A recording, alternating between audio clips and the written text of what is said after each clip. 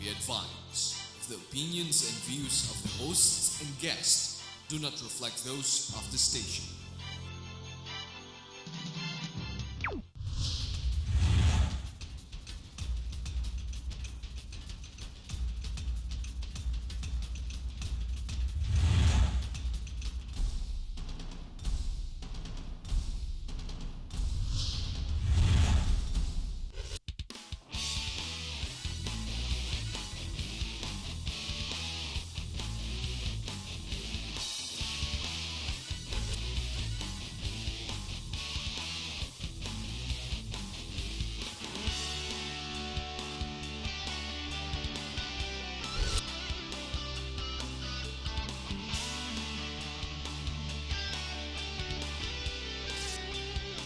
You are what you watch.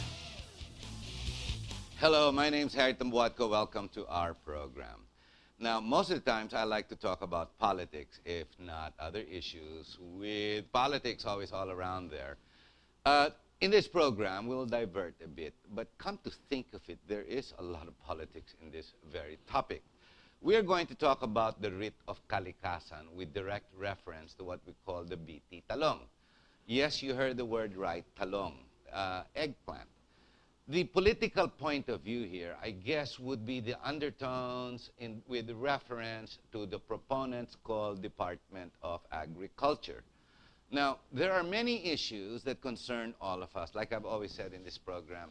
One of the most important, or if not our priority, should be food sufficiency.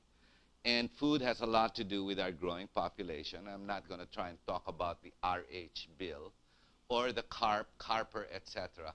But basically, our cause, our promotions of what we call food consistency for the total population, regardless of what numbers they're going to reach this year, next year, the next 10 years. Whatever happens to the world, whichever way we go, food consumption and food sufficiency is at the core of maintenance or keeping us all alive. Of course, there's also water, the water resource we need to look out for.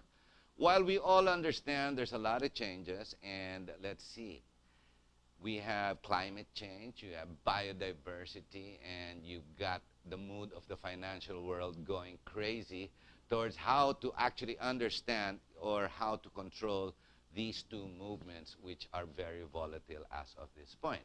The point is to try and extend human life and to not ruin what Mother Earth, and most especially Mother Earth, what it has given us in abundance, which we seem to try and reduce, if not eradicate, if not even altogether blow it up. Now, these are real issues. Para sa atin po mga Pilipino, importante po ito. Hindi lang kasi talong ang pag-uusapan natin. As you will see, we will discuss the issue of how talong can be disastrous, how it can be helpful, or how we should even look at it, or basically just our total food supply.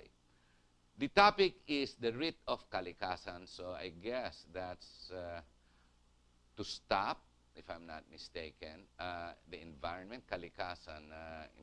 Okay. Our guest, let's go straight to the point. We have Attorney Zelda Soriano, who is on top or the forefront of the writ of kalikasan to try and stop the environment, correct? The ruinous, whatever, evolution of environment. And, of course, we have from Greenpeace. Both of them represent Greenpeace, incidentally. We have Danny Ocampo. Hello, and thank you for coming to the show. Alam mo, mas maigi dito kasi kayong dalawang specialist at expert dito. Attorney, kayo naman mag-umpisa. Ano ang ibig mong sabihin sa writ of kalikasan? Very quickly, and then you can introduce the BT Talong naman and the issue. Kayo muna. English. Ang ibig sabihin nun, it's a court order to protect the environment. Yeah. So that's what the I writ said, of kalikasan. Environment. Yes. Tama ako. Nalito ako kung ano-ano sinasabi ko. Sige. So it's a recent legal remedy in addition to the ordinary rules na meron tayo ngayon sa korte, na ang layunin is specifically to address environmental problems. Okay. Is this politically motivated? Does it have political undertones? Because we are now with the judiciary, if I'm not correct, correct me if I'm wrong, Court of Appeals. Yes. So dumaan na tayo sa municipal trial court, kumbaga.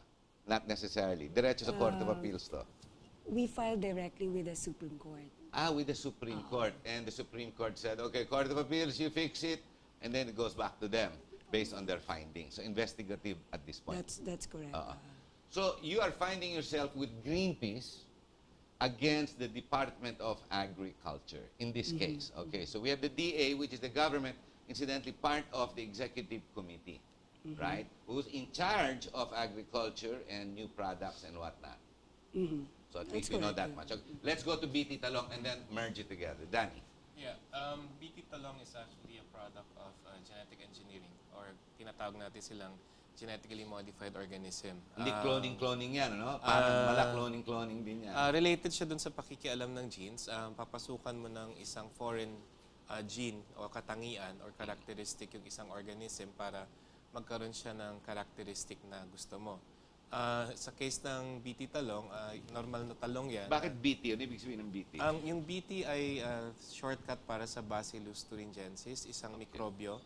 Yung mikrobyo na yon, natural sa lupa. Yung naglalabas siya ng lason para patayin yung mga insekto, particularly yung mga lahi ng paru-paro.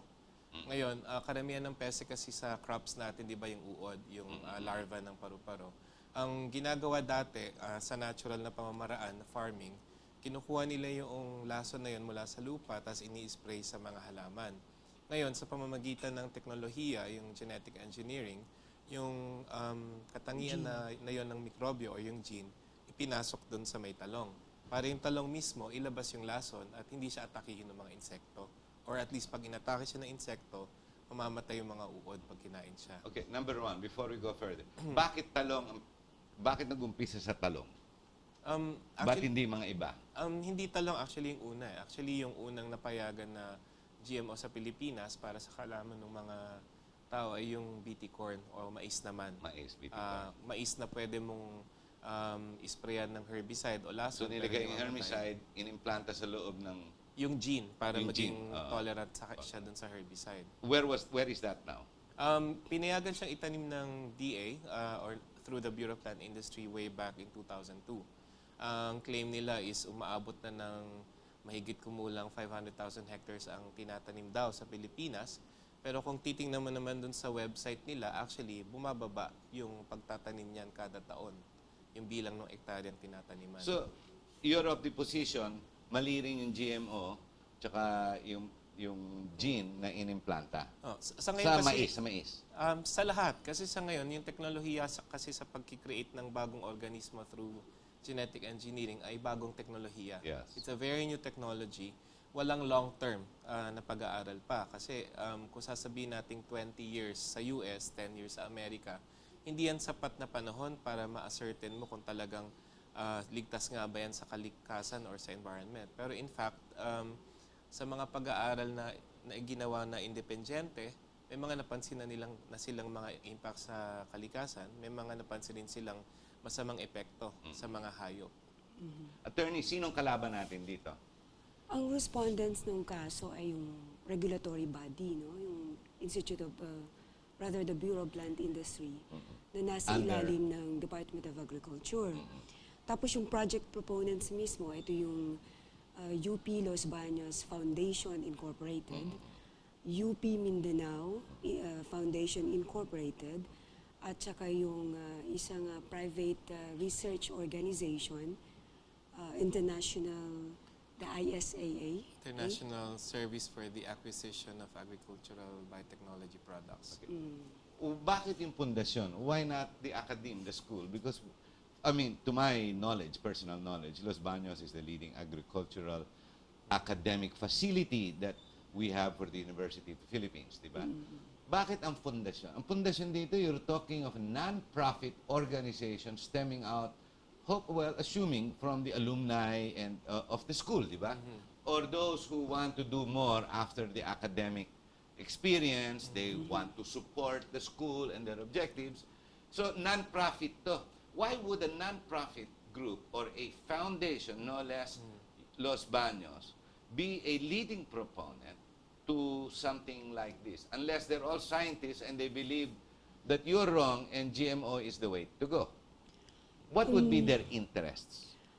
Should they have interest? Ako parang tingin ko hindi dapat no? Correct me, nalilito ako eh. Ang nasusundan lang namin, what is also being reported. Ngayon, But this is what's being reported to you, that it is the foundation. Ayon sa reports, kaya raw for example, ang UP Los Baños is involved in the project, so they say, ay dahil it is a legitimate research activity. Yes, okay. Yung field testing ng isang genetically modified eggplant ay isang research activity. Or academic exercise, ayon sa kanila. Pero no, but you're talking about new technology here, ha? Iba ito ng konti. that's We'll true. get to that. We'll get to that on why. But bakit a foundation? Doesn't it seem rather odd to you? I mean, di ba non-profit dapat? Well, it's very strange really, Yes, to be strange. honest. Bakit sila nakikialam? Unless kumikita dito yung foundation, their personal interest, they're using the name Los Baños, and they're not following the non-profit angle, and they're trying to cash in on something they can see there is money with. Or they're being manipulated maybe by, ladies and gentlemen, this is where the political side will come in. Alam mo, even in agriculture, believe it or not, it's called politics. It's like the RH bill, but we're not going to say who's pro, who's against, and the no. We're just going to talk about the politics, meaning the interests, those that lobby, and what are these interests? May pera ba ito? The answer is yes. Why? Because here we see the big company. Nako, Amerikano na naman. And I thought they were our saviors in the Panatag Shoal, and I thought they were going to be our saviors against the fight with Korea and Japan. It seems lahat na pinapasukan nila, it's called pharmaceutical. But okay, let's go back there.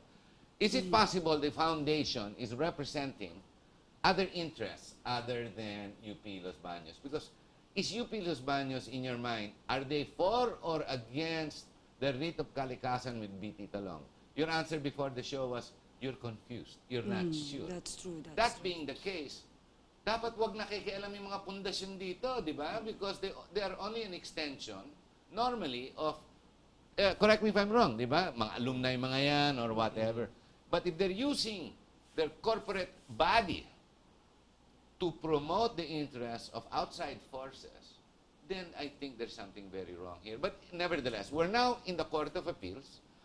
The proponents for the promotion of BT Talong is the DA. The testing is you were saying, the land, the regulation. Itong mga private foundations, sila yung project proponents. Sila ang project pa po. Supposedly, sila pa talaga nagpo-promote talaga niya. Supposedly, ang regulation Yung gobyerno. through the Department of Agriculture. Ayun. Pero pareho silang lahat na On one side. on one side. Kasi Kayo may programa adversarial. kasi may programa din ang Department of Agriculture to promote genetically modified crops. That is why we brought the case to the court kasi nakikita namin na wala na kaming remedy mula sa mismong regulatory body. Kasi the regulatory body, the DA for example, mismong nagpo-promote ng programa sa genetically modified Masama ba crops genetically promotion. modified? I mean, it's 2013, 2012 going 2013. I mean, we now intercommunicate with cell phones as if they are computers. I mean, you know, it's a modern world. War is buluk and done with. I mean, we should get rid of it, diba? Like, whaling should have stopped, diba? The Japanese are still at it. I only said that because you're Greenpeace. But before going anywhere, no, because there is a, perception that Greenpeace, although stands for good environment, which is really what it stands for, sometimes can go out of whack, diba? Before we talk Greenpeace, is GMO masama ba? Masama ba minumutate and science? Or it's not necessary, and your position in Greenpeace is we shouldn't do it, period. Well, siguro let's go back a bit to what you said na sometimes they look at us as a pro-environment Greenpeace then. group. Okay, sige. Greenpeace pero hindi naman kami anti-technology. We're not against technology, we're not against science. I'm glad you established that. Yeah. That's exactly what I wanted to establish. In fact, ang arguments namin are actually based on sound science. As pointed out earlier, actually do sa writ of kalikasan, ang isang isinusulong naming argumento doon ay yung walang scientific consensus sa safety ng technology to. That's why, kung hindi tayo sigurado, may tinatawag tayong precautionary principle. Yung precautionary principle is actually what's being followed in all the other technologies in the world before they are commercialized, before siya Are you saying we're palawakin. becoming the guinea pig right now? Yun. Yun nga.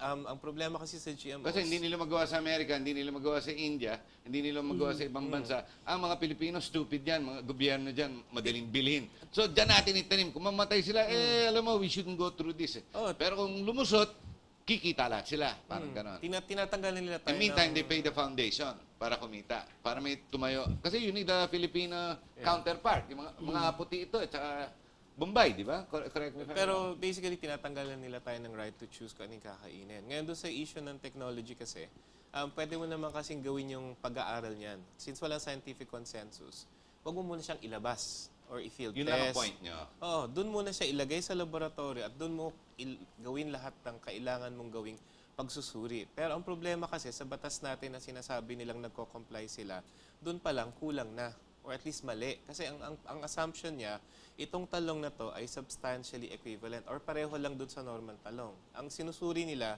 yung Which is content not the ng case. carbohydrates, yung content ng water.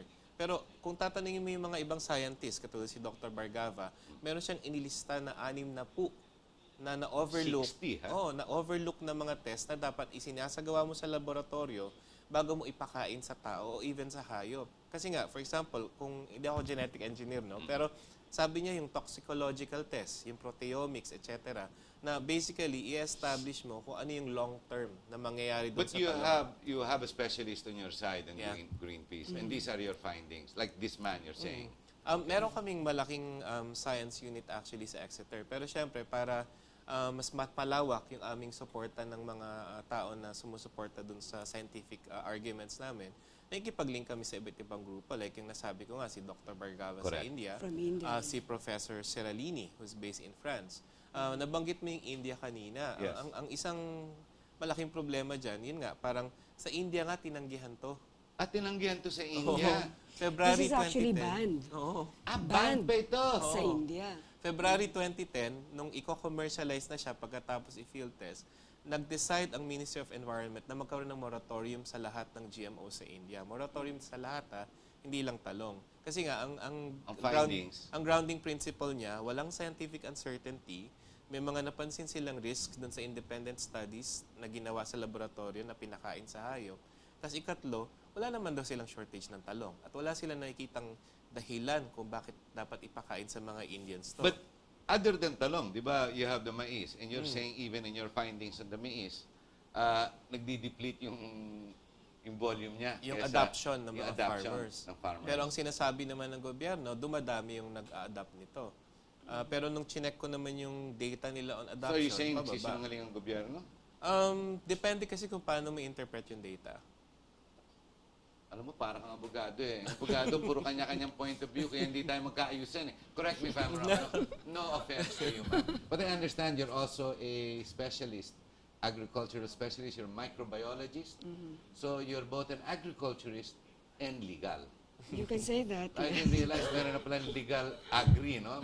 But it's good. May tax lawyer, di ba? May iba-iba eh, no? Yun nga yung bottom line. Actually, siguro sabihin ko, si Zelda, she doesn't work as a legal person in the office. She's our political advisor. But given her background and her commitment to the issue, kaya siya yung nagli-lead dun sa rate of How telecasting. bad can GMO mutation and the acceleration of bacteria or anything bad for food?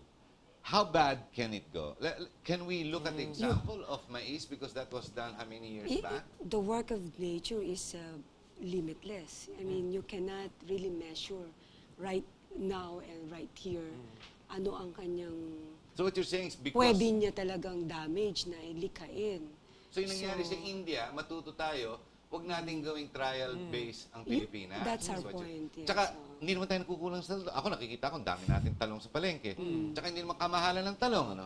At siguro, Totoo yan, totoo So yan. far. oo. At saka I siguro- love talong. So don't get me wrong, I can't do without talong. I Well, like that's talong. also the reason why many farmers groups joined the petition.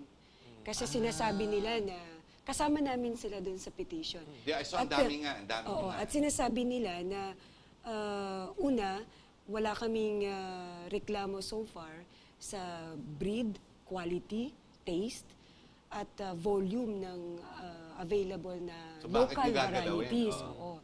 Walang demand, kumbaga, to do that. Pangalawa, bakit naman kami mag-risk planting or promoting Baka this makasakit pa genetically? sila. Na wala naman pala kayong long-term Study, scientific studies proving the health How and long is safety. a long term, how long is applicable or apt for study? 10 years, 2 decades? Yung sa laboratory testing, for example, yung accepted ngayon sa technology bago siya aprubahan, 90 days lang. So, pakainin mo yung daga ng siyam na pung araw, tapos kung wala ka na-observe na significant changes dun sa katawan, safe na yan. Ayon dun sa protocol. Pero, Mali yun. Mali yun. Kasi kung lifespan ng daga at kung chronic illnesses ang usapan, lalo na at toxin ang pinag-uusapan, magmamanifest I can yan. kill you softly. Longer. Oo, longer siya. Kasi hindi lang naman 90 days mong kakainin kung human. Correct. Tas You're not just going to eat for 90 days an eggplant. Kasi Yes, yung yes, sinabi yes. mo rin kanina, for example, na yung evolution ng nature, for example, adaptation. Sa US, after 20 years, ang dami ng mga hayop na Lumabas. at halaman na naging resistant. Hindi lumabas, kundi naging resistant. Yung damo na supposedly pinapatay nung herbicide para mabuhay yung GMO, herbicide-tolerant mong GMO, marami nang nakaka-tolerate nun. Sa insekto, meron ng mga insekto na dapat napapatay sana nung technology ng BT corn, hindi na rin sila naapektuhan kasi nga Useless. nag-evolve ang nature. Nag-evolve na. So ang solution ng kumpanya doon, nagpo-produce sila ng more toxic na mga GMOs at more toxic That's what na you don't herbicides. Siyempre. Kasi lahat tayo maapektuhan yan in the So end. in a sense, we're also talking biodiversity Yes. to a certain extent because Definitely. you are now killing you're now killing it so that basically, okay, this is terrible. So actually, Ang go ahead. tawag ng aming dating professor noon at ngayon ay one of the petitioners ng Writ of Kalikasan. If I may quote him, si Dr. Chito Medina. Dr. Chito Medina. Yeah, I called him up this morning. to Also try and Dr. get him Ted, in. also Dr. Ted Mendoza, Mendoza. yes. Ang sinasabi lagi nila dyan, what we want to avoid is the so-called genetic pollution. Yung hindi mo, It can become irreversible.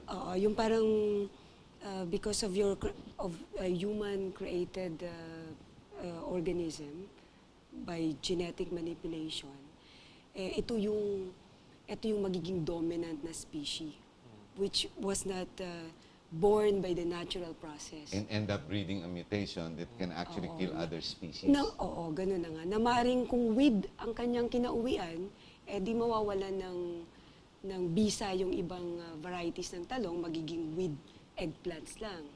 O weed relatives ng eggplant. So maaaring niyang, may potential siyang, in the long term, patayin niya rin yung local varieties. Baka lumala pa. Okay, we're at the bottom of the hour. We're going to have to take a short break. Ladies and gentlemen, the writ of Kalikasan, stopping the environment. Wow. How do you equate that? How do you make sense out of this? The big pharmaceutical firms, greed. We're talking about what? Americans. We're talking about some Filipino people who are seeing money in their pockets or dreaming of it.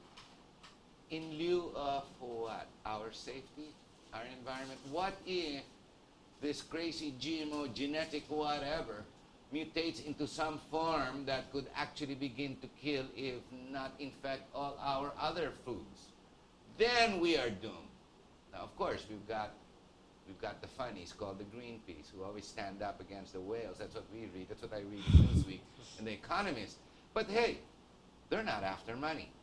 So if we were to look, here's a group who's doing it because they want to save the world and save our plants and save our food, but with no interest, or with interest. Let's say we've got Monsanto, which is the group that I'm pointing to here. Again, a pharmaceutical, very much like the RH bill. After all, RH, we're not talking about population, we're not talking about all of that. We're talking about the interest of some pharmaceuticals. That's exactly what we're doing here. That's the politics of this topic. And then we have the other side, we call Greenpeace.